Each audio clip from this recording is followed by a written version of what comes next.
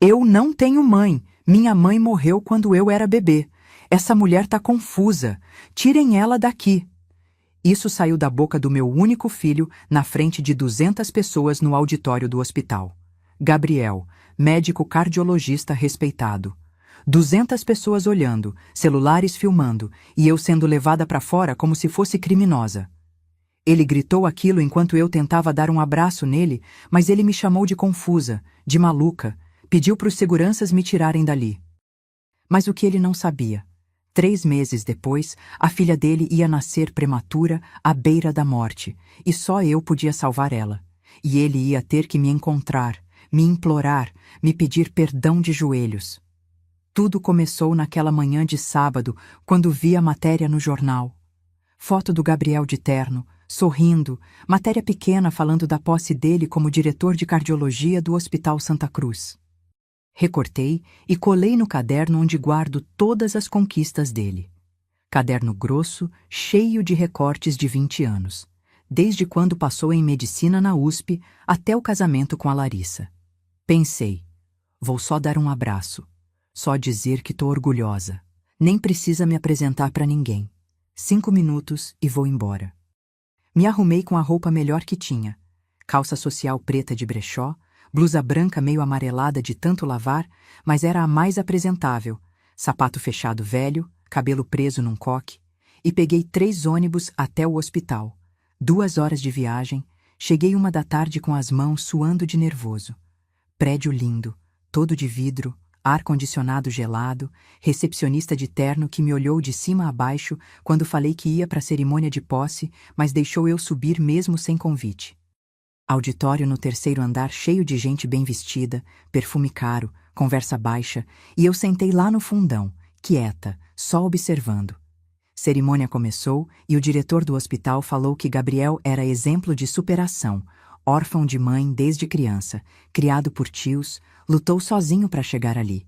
Engoli seco quando ouvi, mas não falei nada, só apertei a alça da bolsa e respirei fundo. Depois, Gabriel fez o discurso dele, todo emocionado agradecendo a esposa Larissa, a família, dizendo que chegou ali sem pai e sem mãe, mas com determinação, sem mãe. Doeu, mas eu entendia. Ele não queria que ninguém soubesse da mãe faxineira, da origem humilde. Tudo bem. Fim da cerimônia. Todo mundo foi pro coquetel, champanhe, risada, foto, e eu esperei todo mundo se afastar. Fiquei ali perto da saída, só esperando uma brecha para chegar perto dele. Gabriel saiu do auditório com a Larissa, bonita, médica, família rica de Moema, e os sogros do lado, homem de terno caríssimo, mulher de vestido de grife, e foi quando me aproximei devagar e disse baixinho: Gabriel. Ele virou, me viu, e o rosto dele congelou, pânico puro nos olhos. Gabriel, filho, eu só vim te parabenizar. E foi aí que ele gritou. Ele gritou alto demais, e todo mundo parou de conversar, virou, olhou. Quem é você? Eu não tenho mãe. Minha mãe morreu quando eu era bebê. E a Larissa segurou o braço dele assustada, perguntando quem eu era, e ele continuou gritando que eu era uma pessoa confusa, que devia ter visto ele no jornal e ficado obcecada, que alguém chamasse a segurança porque essa mulher estava surtando. Tentei falar de novo, mas a voz não saiu. As pernas bambas, 200 pessoas olhando para mim e eu vi celulares levantando, gente filmando. E o sogro dele se aproximou perguntando se ele queria que resolvesse aquilo. Gabriel disse: Por favor, Dr. Renato, tire ela daqui. E foi quando 2 seguranças de uniforme azul chegaram educados, mas firmes, pegando o meu braço, me levando para o corredor, para o elevador, para o saguão, para a rua. Fiquei na calçada sozinha com o sol de 3 da tarde queimando a cabeça e os seguranças ali perto, só garantindo que eu não ia voltar. Então caminhei até o ponto de ônibus, com as pernas tremendo. Esperei 40 minutos, entrei no ônibus, paguei passagem e sentei lá no fundo olhando pela janela, sem ver nada de verdade. 2 horas de viagem de volta para Diadema, trânsito pesado de sábado, e eu chorando baixinho para ninguém perceber. Cheguei em casa quando já estava escurecendo, abri a porta, Entrei naquela casa vazia de sempre, sentei no sofá velho com a mola furada do lado esquerdo e fiquei ali olhando para o teto sem pensar em nada até o celular tocar às 9 da noite. Era a Dona Irene, minha vizinha, perguntando se eu tinha visto o vídeo. Que vídeo, Dona Irene? O vídeo que tá na internet, minha filha. Você no hospital. Seu filho gritando: Meu Deus, Sônia, eu sinto muito. Desliguei na cara dela e abri o Facebook tremendo. Procurei meu nome e achei. Vídeo postado por um tal de José Silva, repórter independente, 2 horas atrás. Título: Médico renomado humilha idosa em posse. 640 mil visualizações. 12 mil compartilhamentos. Cliquei e me vi chegando perto do Gabriel. Ouvi minha voz dizendo: Filho, e ele gritando que não tinha mãe, que a mãe dele morreu quando era bebê. Tudo ali gravado, cada segundo da humilhação, e desci para os comentários. Que filho horrível, coitada da senhora. Esse médico é um monstro. Alguém sabe quem é ela para a gente ajudar? 9 mil comentários, todos contra ele, todos com pena de mim. Fechei o celular e fui para o quarto. Abri a gaveta da cômoda, peguei o caderno lá do fundo, capa dura azul, folhas amareladas, primeira página com foto do Gabriel bebê de 2 meses nos meus braços quando eu tinha 16 anos, segunda página com recorte de jornal dele passando em medicina, terceira página com foto da formatura onde eu estava do lado dele, de vestido simples, que parcelei em 10 vezes porque era a única da família presente. Folheei tudo, 20 anos de conquistas, 20 anos sendo mãe invisível, e fechei o caderno com o coração apertado pensando: e agora? O que eu faço? Celular começou a tocar de novo. Números desconhecidos. Atendi o primeiro e era um rapaz se apresentando como repórter Marcelo, querendo entrevista para eu contar minha versão. Desliguei na cara, mas continuou tocando. Mais 5 ligações, jornalistas, curiosos, todo mundo querendo falar comigo. Então, desliguei o celular e fiquei ali no silêncio, tentando entender como meu filho foi capaz de fazer aquilo. Domingo de manhã não tinha dormido nada, mas levantei mesmo assim, tomei banho, me vesti e fui na padaria comprar pão. A Dona Irene estava na porta dela e veio correndo quando me viu perguntando como eu estava, falando que o vídeo já passou de 1 milhão de visualizações, que meu filho estava sendo massacrado na internet, que eu não ia falar nada, não ia me defender. Olhei para ela e falei que não precisava me defender porque eu não fiz nada de errado. Ele fez a escolha dele e agora tem que viver com isso. Entrei em casa, fechei a porta, sentei na mesa da cozinha e comi pão com manteiga pensando que não ia atender repórter, não ia dar entrevista, não ia me expor mais, mas também não ia procurar o Gabriel. Se ele quisesse falar comigo, que viesse ele. Dias passaram e eu continuei trabalhando. Faxineira em 3 casas, segunda e quarta na Dona Eunice, terça e quinta na Dona Cleide, sexta no seu Arnaldo, ganhava junto com a pensão do marido que morreu 2.500 por mês. Vida apertada, mas era minha. Só que terça-feira, quando cheguei na casa da Dona Cleide, ela me olhou diferente. Perguntou se eu tinha visto que estava famosa, se aquele rapaz do vídeo era meu filho mesmo. Não respondi, só entrei, peguei o material de limpeza e comecei a trabalhar. Mas ela ficou me olhando com pena o tempo todo, até me pagar os R$ 500 no final, dizendo que sentia muito pelo que aconteceu. Quinta-feira liguei o celular de novo e tinha 53 mensagens. A Dona Irene avisando que meu filho tinha dado entrevista, minha prima Valdete, que não falava comigo, fazia 5 anos dizendo que estava rezando por mim. E uma mensagem do Gabriel: Mãe, a gente precisa conversar. Por favor, atende meu telefone. Olhei aquilo, reli 3 vezes e apaguei sem responder. Sexta, quando cheguei na casa do seu Arnaldo, ele estava na varanda com o jornal na mão e me chamou antes de eu começar a trabalhar. Mostrou a matéria. Manchete grande. Médico esclarece polêmica. Minha mãe faleceu. Senhora que me abordou tem histórico de confusão mental. Li tudo. Cada palavra do Gabriel dizendo que a mãe verdadeira tinha morrido quando ele era bebê, que eu era ex-funcionária da família com fixação nele, que ele tinha tentado me ajudar anos atrás, mas eu recusava tratamento, que ficou desesperado quando apareci na posse surtando. Terminei de ler e o seu Arnaldo perguntou se era verdade aquilo. Olhei para ele e perguntei de volta se nos 8 anos que eu trabalhava ali, ele já tinha me visto surtar, fazer algo estranho, dizer algo confuso. E ele disse que não. Então falei que ele decidisse se acreditava em mim ou no jornal. Ficou em silêncio por um tempo comprido e depois disse que gostava de mim, mas a esposa dele estava com medo, achava melhor contratar outra pessoa, ia me pagar o mês todo mesmo sem eu voltar. Peguei minha bolsa e falei que ele podia ficar com o dinheiro, que eu não precisava de esmola, e saí.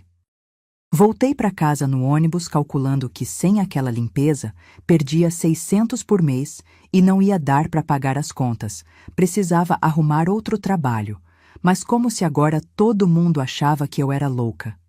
Sentei no sofá e chorei pensando que meu filho não só me negou, como ainda inventou que eu tinha problema mental para se proteger, para salvar a imagem dele.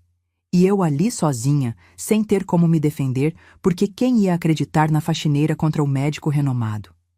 Sábado de manhã, exatamente uma semana depois da humilhação, a campainha tocou, e quando abri era a Marlene, amiga de infância que morava em Santos e veio até Diadema só porque me viu no vídeo e sabia que eu não era louca. Sentamos na sala e ela me abraçou, deixando eu chorar no ombro dela. Depois disse: "Vem morar comigo em Santos, longe daqui, longe desse vídeo, longe desse filho ingrato. Eu tenho quarto sobrando e arrumo trabalho de limpeza em prédio para você. 2.000 por mês fixo." Olhei para ela sem entender por que estava fazendo aquilo, e ela disse que era porque éramos amigas há 40 anos e ninguém merecia passar por isso sozinha. Respirei fundo, olhei em volta para a casa onde morei a vida inteira, para os vizinhos que me olhavam diferente, para o trabalho que perdi, para a vergonha que não ia passar, e falei: "Quando a gente vai?" 2 semanas depois, eu estava morando em Santos no apartamento pequeno da Marlene. Ela me deu o quarto menor com cama de solteiro e vista para o prédio ao lado, mas tudo bem, era recomeço. Arrumei minhas coisas no guarda-roupa. Roupa, sapato, o caderno que guardei lá no fundo porque não queria mais ver. E na segunda-feira já comecei a trabalhar no prédio residencial de 12 andares, fazendo limpeza de áreas comuns, portaria, escada, corredores. O síndico seu Valdir me contratou porque a Marlene falou bem de mim. Trabalho de segunda a sexta, das 8 às 5 com 1 hora de almoço, 2.000 por mês, e eu aceitei grata por ter onde recomeçar, longe de tudo. Rotina virou trabalhar, voltar, jantar com a Marlene conversando pouco, dormir, acordar e repetir. Mas toda noite, antes de dormir, eu pensava no Gabriel. Será que ele estava bem?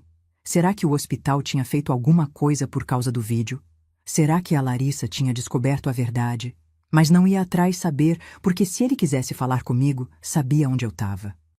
Uma noite, a Marlene bateu na porta do quarto, perguntando se eu não tinha curiosidade de saber como estava a situação dele, se o escândalo tinha passado, mas respondi que não, que ele fez a escolha de me negar e agora eu fazia a escolha de seguir minha vida sem ele. Menti, porque a verdade é que pensava nele todo dia, mas orgulho dói menos que rejeição. Então, fingi que não me importava e continuei vivendo ali em Santos como se meu filho tivesse morrido de verdade. 3 meses se passaram assim. Eu trabalhando, morando com a Marlene, sem falar com ninguém de Diadema, sem ligar o celular antigo, sem saber notícia do Gabriel, até que num dia de fevereiro de 2026, tudo mudou. Fevereiro em Santos é quente, úmido, sufocante. Acordei naquela quinta-feira com o ventilador velho rodando no teto, sem refrescar nada. Me levantei às 6 como sempre, tomei banho, me vesti com o uniforme de limpeza e desci para trabalhar no prédio, pensando em mais um dia igual a todos os outros desde que cheguei ali 3 meses atrás. Trabalhei a manhã inteira limpando os corredores, a portaria, as escadas, e na hora do almoço sentei sozinha no quartinho dos funcionários, comendo marmita que a Marlene tinha feito, arroz, feijão, um pedaço de frango, simples mas gostoso, quando o celular que eu mal usava mais vibrou na bolsa. Número de São Paulo. Hesitei, quase não atendi, mas algo me fez aceitar a ligação. Alô? Dona Sônia? Voz de homem que eu não conhecia, formal, tensa. Sim? Meu nome é Dr. Henrique Mendes. Sou médico da UTI neonatal do Hospital São Luís, em São Paulo. Estou ligando porque preciso falar com urgência sobre sua neta. Coração parou. Minha neta? Eu não tenho neta. A senhora é mãe de Gabriel Almeida? Sou, mas... Então a senhora tem uma neta, senhora Sofia Almeida. Nasceu ontem prematura de 32 semanas, com 1,8 kg. Está na UTI com quadro gravíssimo. Problema cardíaco congênito, anemia severa, sistema imunológico comprometido. Levantei sem perceber, mão tremendo segurando o celular. Como ela tá? Crítica, dona Sônia, e eu preciso que a senhora venha até São Paulo com urgência, porque precisamos fazer exames de compatibilidade sanguínea. A bebê precisa de transfusão urgente de sangue raro e a senhora pode ser compatível. O Gabriel, ele sabe que o senhor tá me ligando? Silêncio do outro lado. Foi ele que me passou seu número, dona Sônia. Ele está desesperado. Desliguei e fiquei ali parada no meio daquele quartinho apertado, sentindo tudo voltar de uma vez. A humilhação pública, o grito dele dizendo que não tinha mãe, o vídeo viralizando, a entrevista mentirosa para o jornal, os 3 meses de silêncio absoluto. E agora isso. Ele precisando de mim porque a filha dele estava morrendo. Sentei de novo, respirei fundo e lembrei. Lembrei de quando o Gabriel nasceu. Eu com 16 anos, sozinha na maternidade pública, porque a família tinha me expulsado de casa quando descobriu a gravidez. O pai dele, que era só namoradinho de colégio, sumiu no mundo quando contei. E foi a minha avó, Conceição, que me acolheu no quartinho dos fundos da casa dela, em Diadema. Trabalhei de todo jeito que consegui. Faxina, passar roupa, vender doce na feira, qualquer coisa para sustentar aquele bebê pequenininho que chorava de madrugada, enquanto eu chorava junto, sem saber como ia dar conta. A avó Conceição morreu quando o Gabriel tinha 10 anos, 2007. E aí ficou só eu e ele, eu trabalhando 3, 4 empregos, ele estudando em escola particular que eu paguei sangrando, fazendo curso de inglês que eu parcelei em 20 vezes, comprando material escolar que custava metade do meu salário. Lembro de sentar com ele na mesa da cozinha, ajudando com lição de casa, mesmo sem entender metade das coisas, porque eu só tinha 5ª série. Lembro de vibrar quando ele passou no vestibular da USP em 2009 com 25 anos, porque trabalhou e estudou ao mesmo tempo. Lembro da formatura em 2015 quando ele me chamou para o palco e me abraçou na frente de todo mundo dizendo "Obrigado, mãe, por tudo". E foi a última vez que ele me abraçou de verdade. Depois veio a Larissa, família rica, casamento em 2022 onde eu fui, mas sentei lá no canto sem falar com ninguém porque ele pediu para eu não contar para ninguém que era mãe dele. E eu aceitei porque achei que pelo menos ele tinha vergonha, mas ainda me amava. Mentira, ele só tinha vergonha, o amor tinha acabado. Fazia tempo, e eu que não quis ver. E agora me ligava porque precisava, não porque se arrependeu. Porque precisava. Liguei pro Dr. Henrique de volta. Eu vou. Pego o ônibus hoje mesmo. A senhora tem como chegar rápido? A bebê não tem muito tempo. Chego amanhã de manhã cedo. Desliguei, subi correndo pro apartamento da Marlene, contei tudo. Ela disse que eu era louca de ir ajudar depois do que ele fez, mas eu não estava indo por ele. Estava indo pela menina que não tinha culpa de nada. Joguei roupa numa sacola, peguei os documentos, desci e fui direto para a rodoviária de Santos. Próximo ônibus para São Paulo saía às 3 da tarde. Comprei passagem, R$ 52, e fiquei ali esperando com o coração disparado, pensando no que ia encontrar. O ônibus saiu. Viagem de 1h30, cheguei na rodoviária do Tietê às 5 da tarde e peguei metrô até o Hospital São Luís, na Zona Sul. Prédio enorme, moderno, cheio de gente. E quando cheguei na recepção e falei que era a avó da bebê, Sofia Almeida, a moça me olhou diferente, pegou o telefone, ligou para alguém e disse: "A avó chegou".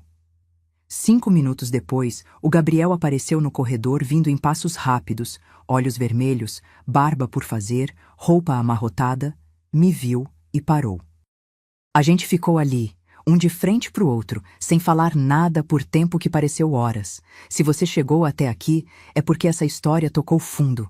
Porque você sabe o que é amar alguém que te machuca. Deixa um like para que mais pessoas vejam que amor de mãe resiste a tudo. Se inscreve para nunca esquecer do seu valor e clica em ripar, isso faz diferença. Me conta, você já foi negada por quem ama? Escreve aí. Prepara o coração, agora vem o confronto. A gente ficou ali parado no corredor do hospital, sem saber o que dizer, até que ele deu um passo na minha direção com a voz saindo rouca. Mãe, a senhora veio? Não respondi, só olhei para ele esperando e ele continuou. A Sofia, ela tá muito mal. Os médicos disseram que precisa de transfusão de sangue urgente. O tipo dela é raro. Eu não sou compatível. A Larissa não é. Ninguém da família da Larissa é. E a senhora é a única chance. Onde ela tá? UTI neonatal, 3º andar, mas primeiro a senhora precisa fazer exames de sangue para ver se é compatível. O laboratório tá esperando a senhora. Me levou pelo corredor sem falar mais nada. Entramos no elevador em silêncio. Ele apertou o botão do 2º andar e ficamos ali sem se olhar até a porta abrir. Laboratório com recepcionista que já estava esperando. Me levou para a sala pequena, onde uma enfermeira jovem pediu para eu sentar, amarrou o elástico no meu braço, limpou a veia com algodão gelado e enfiou a agulha coletando 3 tubos de sangue. Resultado sai em quanto tempo? Gabriel perguntou ansioso. 1 hora, Dr. Gabriel. Saímos, ele me levou para uma salinha de espera vazia com sofá velho e máquina de café quebrada no canto. Sentamos longe um do outro, ele com as mãos entre os joelhos olhando para o chão, eu olhando para a parede com mancha de umidade formando desenho estranho. Silêncio pesado, até que ele falou sem levantar a cabeça. Mãe, eu sei que eu não tenho direito de pedir nada, sei que eu fui horrível com a senhora, mas a Sofia não tem culpa, ela é inocente, Eu não vim por você, cortei. Vim por ela. Ele levantou os olhos, vermelhos, fundos. Eu sei. E depois que eu doar o sangue, se eu for compatível, eu vou embora, e você não precisa mais me ver nunca. Mãe, não me chama assim. Você disse na frente de 200 pessoas que não tem mãe. Então não tem mesmo. Ele abaixou a cabeça de novo e ficou calado, e a gente passou a hora seguinte naquele silêncio doloroso, até a enfermeira aparecer na porta com papel na mão. Dona Sônia, deu compatibilidade total, a senhora pode doar agora mesmo. Me levaram para a sala de transfusão, me deitaram numa maca, enfiaram agulha grossa no braço e começaram a tirar o sangue devagar. Durou 40 minutos vendo aquele líquido vermelho escuro saindo de mim entrando em bolsa plástica, pensando que aquilo ia salvar a vida da minha neta que eu nem conhecia, neta do filho que me negou. Terminaram, tiraram a agulha, colocaram algodão com fita, me deram suco e bolacha e falaram para eu descansar uns 20 minutos antes de levantar. Fiquei ali deitada, olhando para o teto branco com manchas de infiltração, enquanto ouvia os médicos correndo para o 3º andar, levando meu sangue para beber. Gabriel entrou na sala, ficou perto da porta, sem chegar perto. Mãe, obrigado. Não respondi. A Larissa quer conhecer a senhora. Conhecer? Ela não sabe quem eu sou? Ele baixou os olhos. Sabe agora. Eu contei tudo para ela, sobre a senhora, sobre eu ter mentido esses anos todos. E ela tá destruída, com raiva de mim, pensando em separação, mas agora só importa a Sofia. Levantei devagar, ainda tonta da doação. Onde ela tá? Quem, a Larissa? A Sofia. Eu quero ver minha neta. Ele hesitou. A senhora quer mesmo? Quero. Me levou para o 3º andar, UTI neonatal, porta com visor de vidro grande. E lá dentro, numa incubadora pequenininha ligada em 1000 fios e tubos, tava ela, Sofia, 1,8 kg, pele quase transparente, olhos fechados, peito subindo e descendo com a ajuda de aparelho. Fiquei ali parada, olhando por aquele vidro, sentindo algo apertar no peito que não era raiva, não era mágoa, era outra coisa. Era amor instantâneo por aquela coisinha frágil que levava meu sangue nas veias agora. Ela vai ficar bem? Perguntei baixinho. Ainda não sabemos. Os próximos dias são críticos, mas com a transfusão, Ela tem chance. Larissa chegou nesse momento, bonita mesmo cansada, olhos inchados de chorar, me viu e parou sem saber o que fazer, até que veio devagar e falou com voz trêmula. A senhora é a Sônia. Sou. Eu não sabia. De nada. Ele mentiu para mim desde o começo. Lágrimas descendo. Me desculpa por não ter sabido, por não ter procurado a senhora, por... Você não tem culpa, cortei. Culpa é só dele. Gabriel estava ali perto ouvindo tudo sem falar nada, e a Larissa olhou para ele com raiva misturada com dor antes de voltar para mim. Obrigada por ter vindo, por ter doado. A senhora salvou minha filha. Nossa filha, corrigi. Ela é minha neta, e eu não vou abandonar ela. Fiquei no hospital aquela noite toda sentada numa cadeira dura da sala de espera porque não tinha para onde ir e não ia embora sem saber se a Sofia ia sobreviver. Gabriel tentou falar comigo várias vezes, mas eu ignorei. Larissa trouxe café e pão que eu aceitei mais por educação que por fome, e de hora em hora a enfermeira vinha dar notícia. Bebê respondendo bem à transfusão, sinais vitais melhorando, quadro ainda crítico mas estável. De madrugada, Larissa sentou do meu lado e ficou ali em silêncio por tempo comprido antes de falar. Dona Sônia, eu descobri tudo, não só sobre a senhora ser mãe dele. Descobri como ele cresceu, como a senhora criou ele sozinha, quanto a senhora sacrificou. E eu descobri também o vídeo, a humilhação pública, a entrevista mentirosa que ele deu para o jornal dizendo que a senhora tinha problema mental. Olhei para ela sem falar nada. Eu tô com nojo dele, com nojo do homem que eu casei. Porque eu não casei com homem, casei com mentira. Voz saindo dura. Mas a Sofia precisa de avó, precisa da senhora, e eu queria pedir se a senhora pode perdoar. Não por ele, por ela. Perdoar o quê? Ele me negar? Me humilhar? Inventar que eu sou louca? Tudo. Sei que é pedir demais. Sei que a senhora deve odiar ele, mas eu não odeio, cortei. Olhei para ela direto. Eu queria odiar. Seria mais fácil, mas mãe não consegue odiar filho, mesmo filho que nega a mãe. Larissa começou a chorar baixinho e eu continuei. Mas perdoar é outra história. Ele vai ter que merecer, vai ter que provar que mudou, que se arrependeu de verdade. E se ele provar? Aí eu penso. Mas não prometo nada. Gabriel apareceu na porta nesse momento, olhou pra gente e a Larissa levantou furiosa. Você destruiu tudo, tudo. E agora sua mãe tá aqui, salvando nossa filha depois de você ter dito pro mundo inteiro que ela é louca. Atravessou a sala e parou na frente dele. Você não merece essa mulher. Não merece ser chamado de filho dela.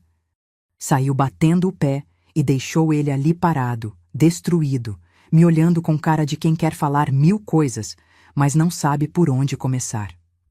E foi quando o médico entrou apressado. Dona Sônia, doutor Gabriel, precisamos fazer mais um procedimento. A bebê piorou, vamos precisar de mais sangue. A senhora consegue doar de novo? Doei de novo mesmo a enfermeira dizendo que era arriscado doar tanto sangue em menos de 12 horas, que eu podia passar mal, desmaiar, ter queda de pressão. Falei que não.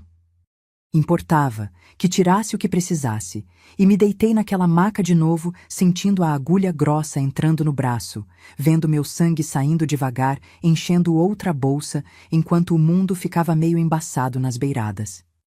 Dessa vez, demorou mais, quase 1 hora, e quando terminaram, eu estava pálida, suando frio, tonta demais para levantar. Me deixaram deitada ali, com soro na veia por mais 1 hora, até a pressão voltar e me liberarem, mas com ordem de comer e descansar, senão não ia poder visitar a bebê.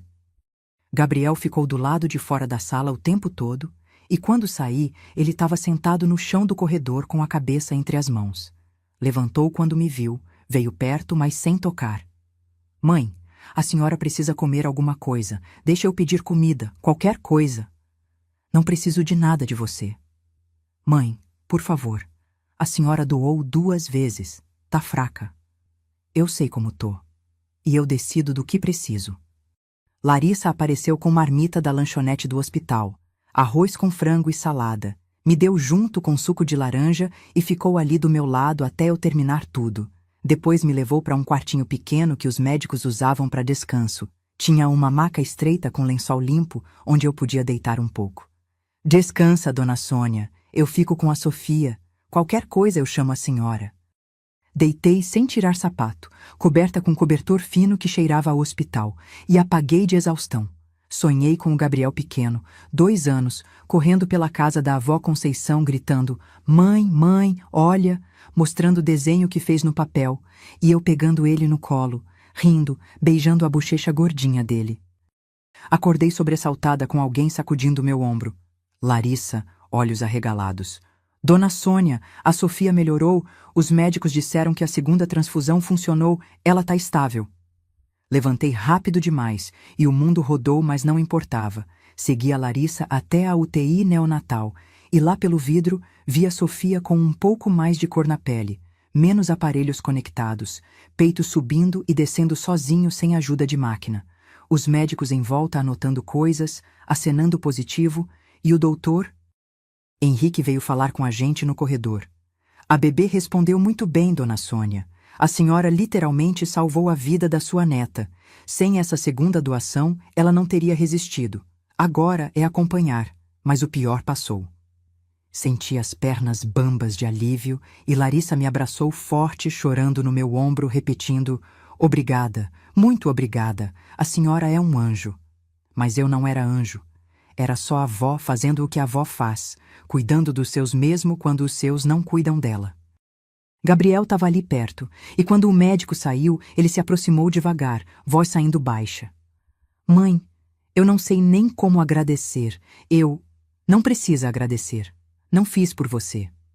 Eu sei. Mas mesmo assim, a senhora, depois de tudo que eu fiz, a senhora ainda veio, ainda doou, ainda salvou minha filha. Nossa filha, ela é minha neta." Ele engoliu seco. "Tem razão. Nossa filha." Respirou fundo. "Mãe, eu preciso falar com a senhora. Preciso pedir desculpa. De verdade. Não aqui no corredor. Vamos sentar em algum lugar?" Olhei para ele. Esse homem de 45 anos que saiu de dentro de mim, que eu criei sozinha desde os 16, que eu amei mais que tudo na vida, que me negou na frente de 200 pessoas. E assenti porque, apesar de tudo, eu ainda queria ouvir, ainda tinha a esperança boba de mãe que nunca morre. Fomos para a mesma salinha de espera vazia de antes, sentamos um de frente para o outro, e ele começou: "Mãe, eu passei a vida inteira com vergonha. Vergonha de ter nascido de mãe adolescente, vergonha de não ter pai, vergonha de morar em Diadema, de ser pobre, de ter que trabalhar desde os 14 para ajudar nas contas. Quando entrei na faculdade e conheci gente de família rica, gente que nunca passou por nada, eu inventei uma história nova. Disse que meus pais tinham morrido num acidente, que fui criado por tios, que lutei sozinho. E todo mundo acreditou. Fiquei calada ouvindo. Conheci a Larissa no 3º ano de medicina. Ela era de família tradicional de Moema, pai médico, mãe decoradora, e quando ela perguntou da minha família, eu repeti a mentira. Disse que era órfão, que não tinha ninguém, e ela ficou com pena, me acolheu, me apresentou para os pais dela, que me adotaram tipo como filho também. E eu fui entrando cada vez mais fundo na mentira, até não ter mais volta. E eu? O que eu era nessa história? Ele desviou o olhar. A senhora era o segredo que eu precisava esconder. Porque se alguém soubesse que eu tinha mãe viva, faxineira, morando em Diadema, ia desmoronar tudo. Iam saber que eu menti. Que eu não era o coitadinho órfão que lutou sozinho. Que eu era só filho de empregada. Aquilo doeu mais que o grito na frente de 200 pessoas. Filho de empregada, repeti devagar. É assim que você me via, como empregada. Não, não é isso, É sim, você tinha vergonha de mim, da mãe faxineira, da origem pobre. Você queria ser outra pessoa e eu não cabia nessa pessoa nova. Ele baixou a cabeça, lágrimas caindo. Eu sou um covarde, um filho horrível, um monstro. E quando a senhora apareceu naquela posse, eu entrei em pânico. Pensei que ia estragar tudo, que iam descobrir a mentira, então eu gritei aquelas coisas horríveis, mandei te tirar dali e depois dei aquela entrevista mentirosa dizendo que a senhora tinha problema mental porque eu achei que precisava me proteger. Se proteger de mim, sua mãe, voz quebrada. E agora minha filha quase morreu, e foi a senhora que salvou ela, a mãe que eu neguei, que eu humilhei, que eu chamei de louca. E eu não sei como viver com isso, mãe. Não sei como olhar no espelho sabendo o que eu fiz. Fiquei olhando para ele chorar ali na minha frente. Esse homem que eu ainda chamava de filho mesmo, ele dizendo que não tinha mãe. E respirei fundo antes de falar. Gabriel, você quer saber o que mais doeu?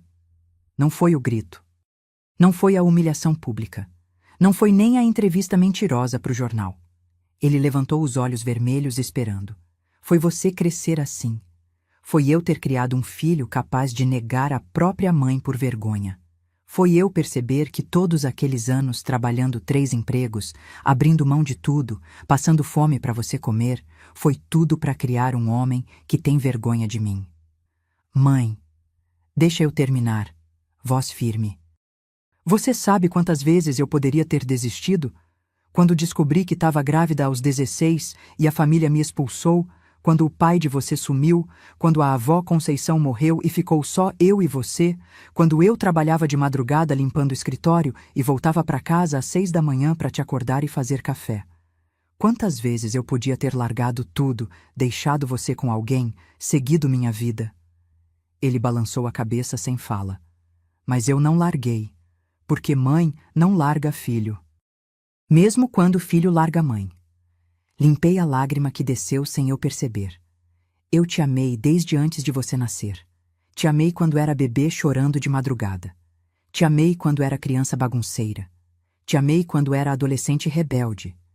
Te amei quando entrou na faculdade e começou a mudar, a falar diferente, a olhar para casa com vergonha. E eu te amei mesmo quando você me negou naquele auditório, mesmo quando inventou que eu era louca, mesmo quando você me tirou da sua vida como se eu fosse lixo. Gabriel soluçava agora, rosto enterrado nas mãos. Você pode negar que eu sou sua mãe, Gabriel. Pode inventar que sou louca, pode ter vergonha de mim pro resto da vida. Mas eu nunca vou negar que você é meu filho. Porque mãe não desiste. Nunca. Ele levantou, veio até mim, caiu de joelhos na minha frente. Mãe, me perdoa. Pelo amor de Deus, me perdoa.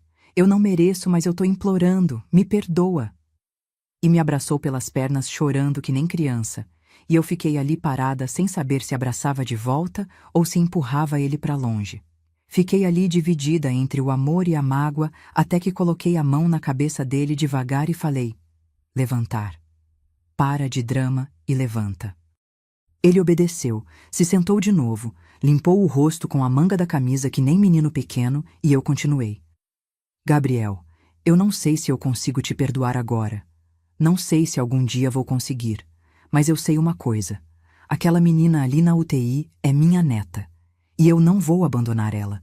Então você vai ter que me aguentar na vida da Sofia, querendo ou não. Eu quero, mãe. Muito. Eu quero a senhora na vida dela. Na minha vida. Na nossa vida.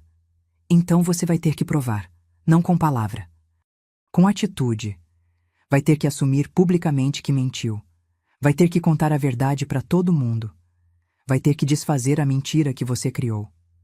Ele engoliu seco. Como? Dando entrevista de novo, contando que sua mãe não morreu, que tá viva, que foi ela que te criou sozinha, que você mentiu por vergonha e pedindo desculpa pública. Mãe, se eu fizer isso vou perder tudo. O hospital, os colegas, a reputação. Então, escolhe. Levantei. Escolhe entre a mentira confortável e a verdade que dói, mas não me pede perdão sem estar disposto a pagar o preço. Saí da sala deixando ele ali sentado com a decisão mais difícil da vida dele. 3 dias se passaram. A Sofia melhorou cada dia mais, saiu da UTI para berçário de médio risco, começou a mamar, ganhar peso, e os médicos disseram que em mais uma semana podia ter alta se continuasse assim. Eu ficava no hospital o dia inteiro, sentada numa cadeira do lado da incubadora dela, olhando aquela coisinha minúscula que levava meu sangue nas veias, minha neta, e sentia um amor tão grande que doía no peito. Larissa vinha todo dia, conversava comigo, me contava como tinha sido a gravidez dela, como descobriu que estava grávida, como ficou feliz imaginando a família perfeita. E como tudo desmoronou quando descobriu as mentiras do Gabriel. Eu não sei se vou conseguir continuar com ele, dona Sônia. Não sei se consigo olhar para ele sem sentir nojo do que ele fez com a senhora. Isso é entre vocês. Eu não vou opinar. Mas e a Sofia? Ela precisa do pai. Precisa de pai presente e honesto, não de mentiroso covarde. Olhei para ela. Se ele não mudar de verdade, você vai ter que decidir se quer sua filha crescendo perto de homem assim. Gabriel aparecia de vez em quando, tentava conversar comigo, mas eu mal respondia. Até que no quarto dia ele chegou diferente, sem a roupa amarrotada de sempre, barbeado, sério, e me chamou para o corredor. Mãe, eu tomei a decisão. Vou dar a entrevista. Que entrevista? A que a senhora pediu. Vou contar a verdade. Tudo. Que a senhora é minha mãe, que tá viva, que me criou sozinha, que eu menti esses anos todos por vergonha. Vou pedir desculpa pública. Pro hospital, pros colegas, para todo mundo que eu enganei, e principalmente pra senhora. Olhei para ele tentando ver se era verdade ou só mais uma jogada. Quando? Amanhã. O mesmo repórter que fez a primeira matéria aceitou fazer a retratação. Vai ser no jornal e na TV. Entrevista completa. E você sabe o que vai acontecer depois? Sabe que vai perder tudo? Ele assentiu devagar. Eu sei. O hospital já me suspendeu por causa do escândalo do vídeo. Disseram que se eu não esclarecer a situação, vão me demitir. A família da Larissa não fala mais comigo. Os colegas me evitam. Eu já perdi quase tudo, mãe. Agora é assumir as consequências. Fiquei calada pensando. Mas eu não tô fazendo isso para recuperar minha carreira. Tô fazendo porque é o certo. Porque a senhora merece. Porque eu preciso olhar para minha filha um dia e falar que o pai dela é homem de verdade, não covarde que nega a própria mãe. Respirei fundo. Então faz. E depois a gente vê. Ele acenou, ia sair, mas voltou. Mãe, independente do que acontecer, da senhora me perdoar ou não, eu quero que saiba uma coisa, eu te amo. Sempre amei. Só fui idiota demais para mostrar. Não respondi porque não sabia o que dizer, então só acenei e ele saiu. Fiquei ali parada no corredor pensando se aquilo era verdade, se ele ia mesmo fazer, ou se na última hora ia desistir e inventar mais uma mentira. No dia seguinte de manhã, a Larissa chegou correndo com o celular na mão. Dona Sônia, tá no ar. A entrevista do Gabriel tá passando agora. Assistimos pelo celular ali mesmo no corredor do hospital. Gabriel sentado na frente do repórter, câmera focada nele, e começou. Eu quero usar esse espaço para contar uma verdade que escondi por muitos anos e para pedir desculpas públicas para a pessoa mais importante da minha vida. Respirou fundo. Meu nome é Gabriel Almeida. Sou médico cardiologista, e há 3 semanas viralizou um vídeo onde eu humilhei publicamente uma senhora de 61 anos na minha cerimônia de posse como diretor de cardiologia do Hospital Santa Cruz. Aquela senhora é minha mãe, Sônia Almeida, e tudo que eu disse naquele dia foi mentira. O repórter perguntou. Mentira como, doutor? Mentira em tudo. Ela não é confusa. Ela não tem problema mental. Ela é minha mãe de verdade que me criou sozinha desde que eu nasci. Ela teve filho aos 16 anos, o pai sumiu, a família expulsou ela de casa e ela me criou trabalhando de faxineira, de empregada, de qualquer coisa para me sustentar e me dar educação.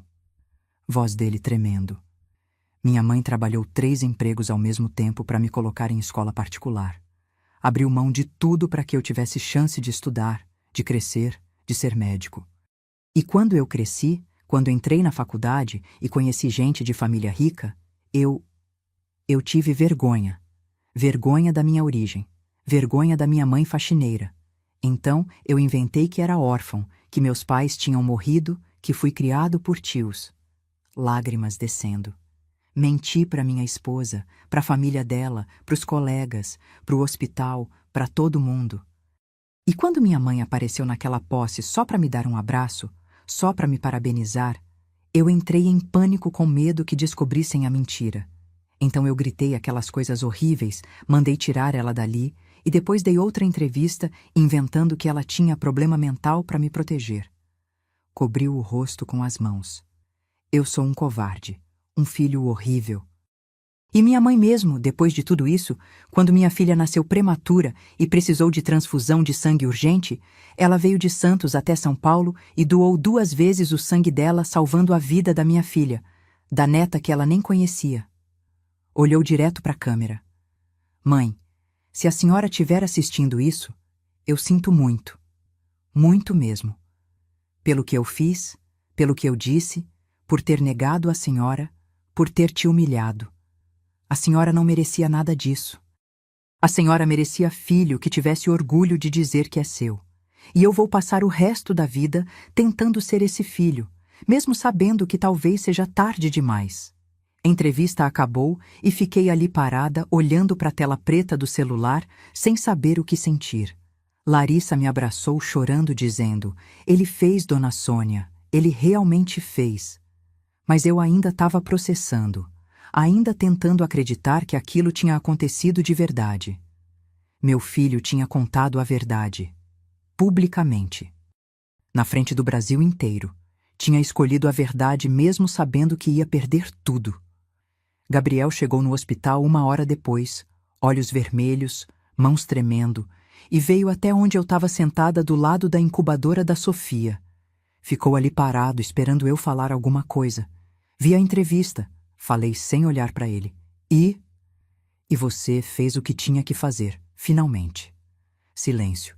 Mãe, isso significa que a senhora me perdoa? Olhei para ele, para esse homem que saiu de mim, que me causou a maior dor da minha vida, mas que no fim escolheu a verdade, e suspirei. Perdoar não é esquecer, Gabriel. Não é apagar o que aconteceu. Não é fazer de conta que tá tudo bem. Eu sei. Perdoar é decidir que a mágoa não vai mandar mais na minha vida. É decidir que eu quero tentar de novo, devagar, um dia de cada vez, sem garantia que vai dar certo. Lágrimas dele caindo. Então, a senhora tá disposta a tentar? Olhei para Sofia dormindo na incubadora, tão pequena, tão frágil, e pensei que ela merecia ter avó e pai, merecia ter família de verdade. Então olhei para o Gabriel e acenei devagar. Tô, mas com uma condição. Qualquer uma. Você nunca mais esconde quem eu sou. Nunca mais nega que sou sua mãe. Nunca mais sente vergonha de mim. Porque se sentir vergonha uma vez que seja, acabou. Para sempre. Ele veio perto, segurou minha mão. Prometo.